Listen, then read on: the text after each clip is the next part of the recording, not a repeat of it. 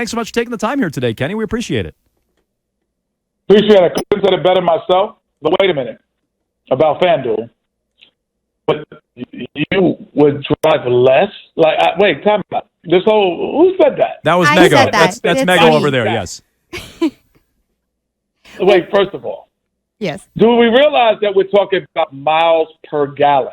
So no matter how many gallons of how much you spend, you can only get a certain amount of miles out of the gallon in a certain car you have. Yes, right? yes, but I live in the city, and there's certain times when I'm like, am I going to drive to the store and do some shopping? And I don't really need to, and I know if I'm trying to save the gas in my tank because I only have a quarter tank left and I don't want to stop again because I haven't filled up my whole tank the last time I stopped because I don't want to see the number that says $60. Listen, so you basically said you would go to work less and make less money then because you wouldn't drive as much. Well, that's no, good. I'm talking about doing it doesn't make any sense. I'm going to put you and Shaq in a room together, and y'all can drive from L.A. to San Antonio, and then you two guys can figure out how much gas is going to cost. We'll stop every 2 hours. $20 in there, and you're like, no, Shaq, let's stay in the hotel because who wants to drive now? Well, I'll It's tell like, you, no. Arcand being frozen God. out of hanging out with Shaq makes him very, very upset. But Kenny, I'm curious your thoughts on the Celtics and their offseason, not so much on the floor, because I think a lot of us here are big fans of what they did on the floor, adding Porzingis, adding Drew Holiday. Let me know if you disagree, but we're a little miffed that Joe Mazzulla is back. What do you think of the Celtics' decision to stick with him after what was at times a very rocky first year coaching this team? Well, first of all, I think last part of this, y'all have a full tank of gas in Boston. Y'all have everything to win. Y'all have everything to win an NBA championship.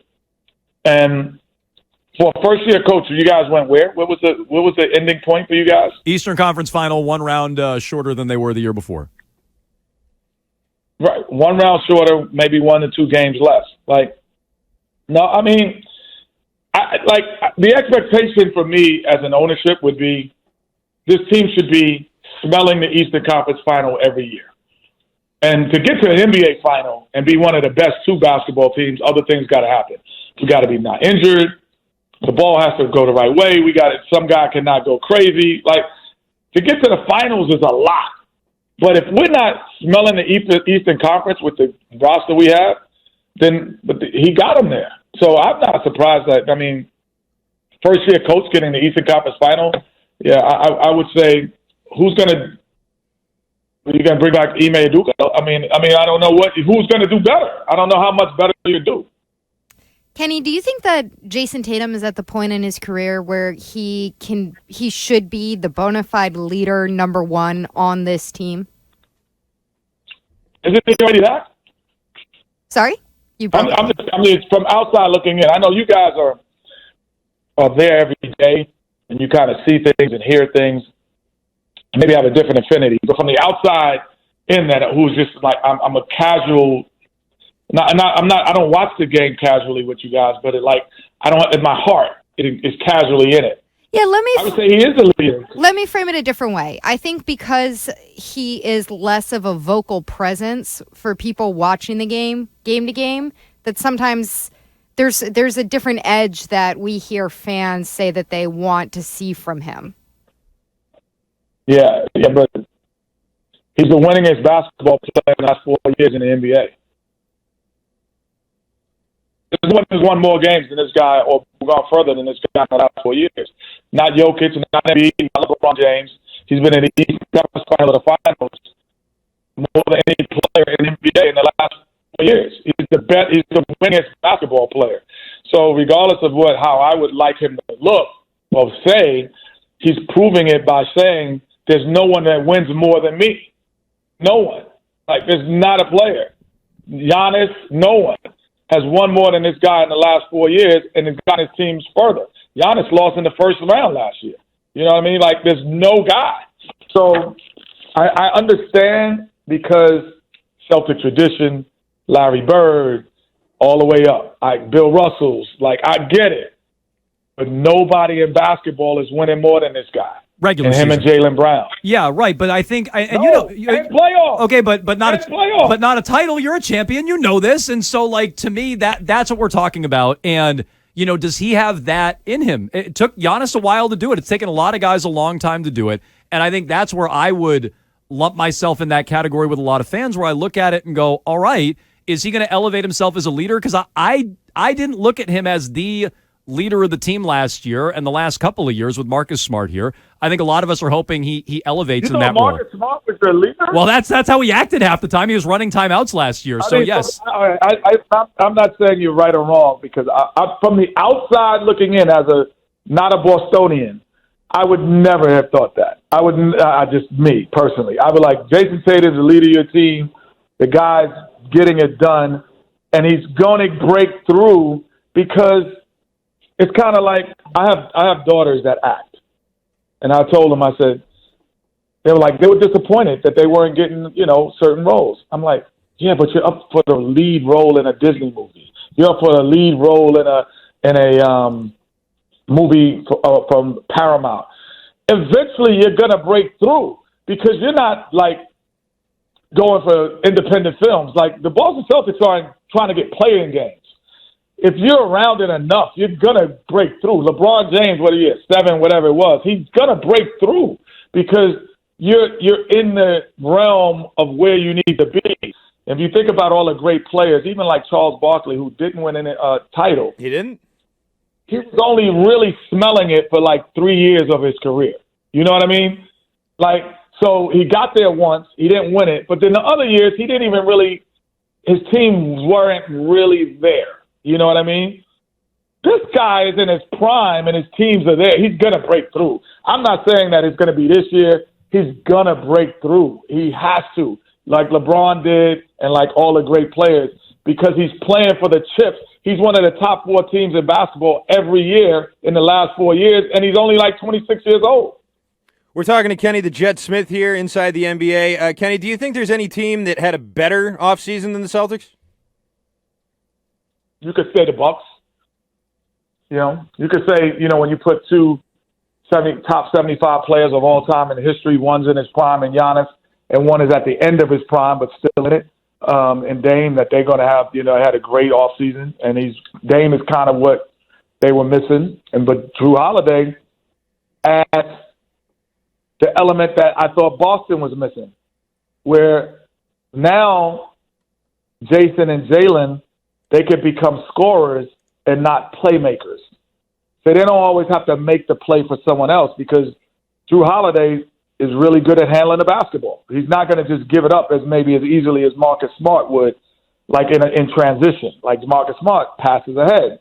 Drew Holiday, I'm a point guard. I keep it till I get to the three-point line.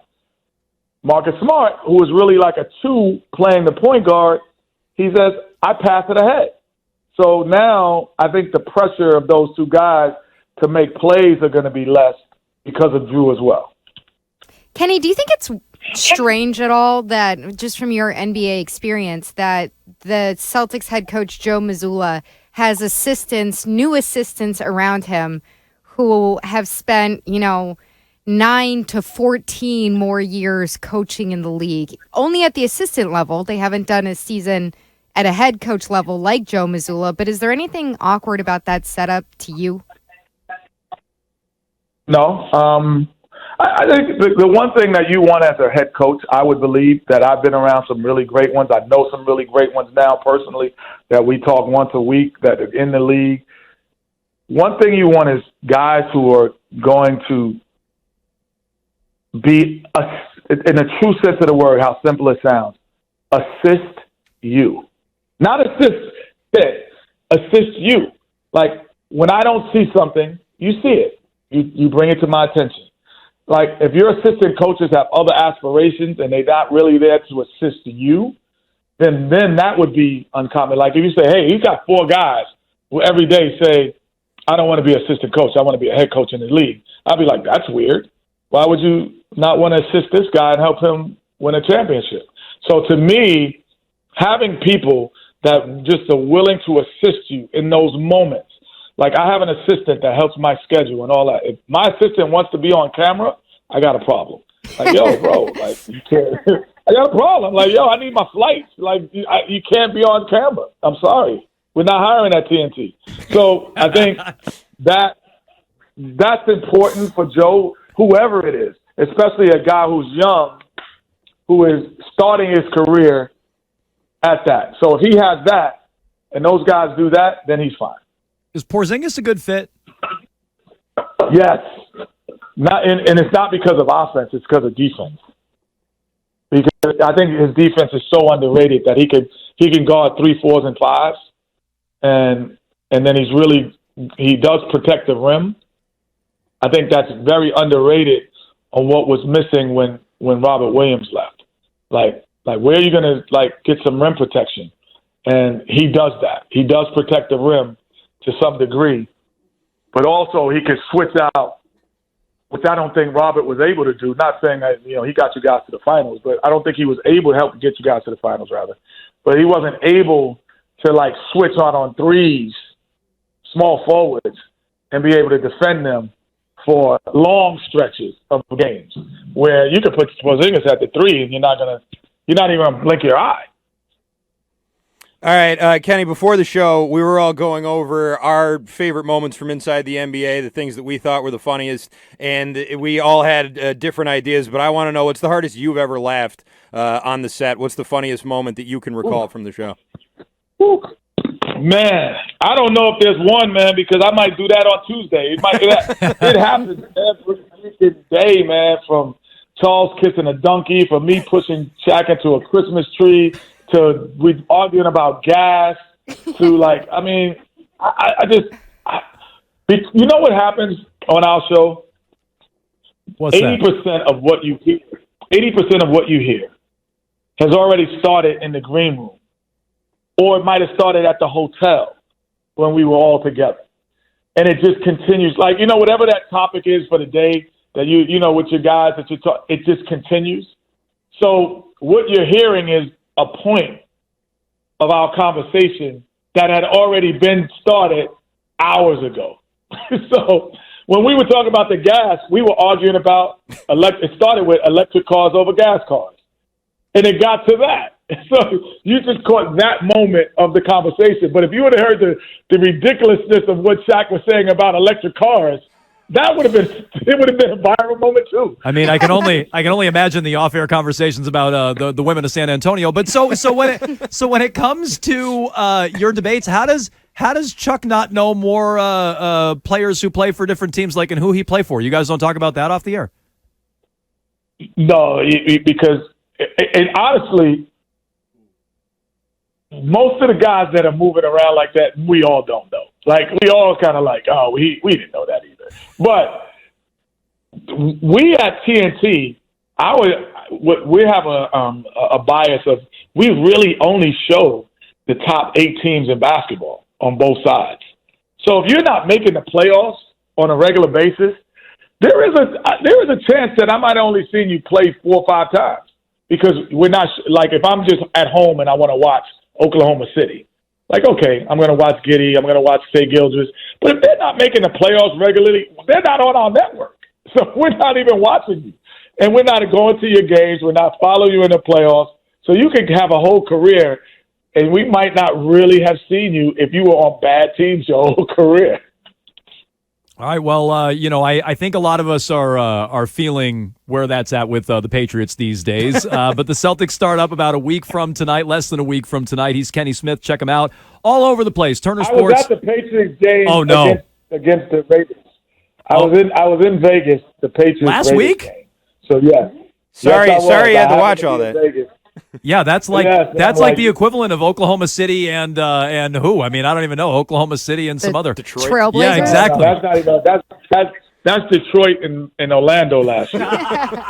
What'd you think? You got to look at the Patriots. What'd you think? Like I said, I wouldn't be watching them again. All right, Kenny. Thanks, Kenny. We appreciate the time. Thank you, Kenny. We'll be watching you next week. Thanks so much.